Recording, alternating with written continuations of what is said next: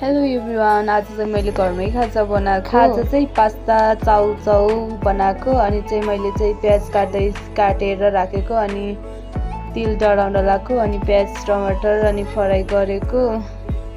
राम्रोसँग फ्राई गर्नुपर्छ। फ्राई गरिसकेपछि मसलाहरू हाल्नुपर्छ। मसलाहरू हालिसकेपछि चाहिँ अनि पास्ता र चाउचाउहरू एड गर्नुपर्छ। अनि मैले चाहिँ चाउचाउ र पास्ता एड गरिसकेपछि उसलाई चाहिँ मजाले फ्राई गरेको, मजाले चलाएको। अनि मजाले चलायो भने मसलाहरू सबैमा सर्छ।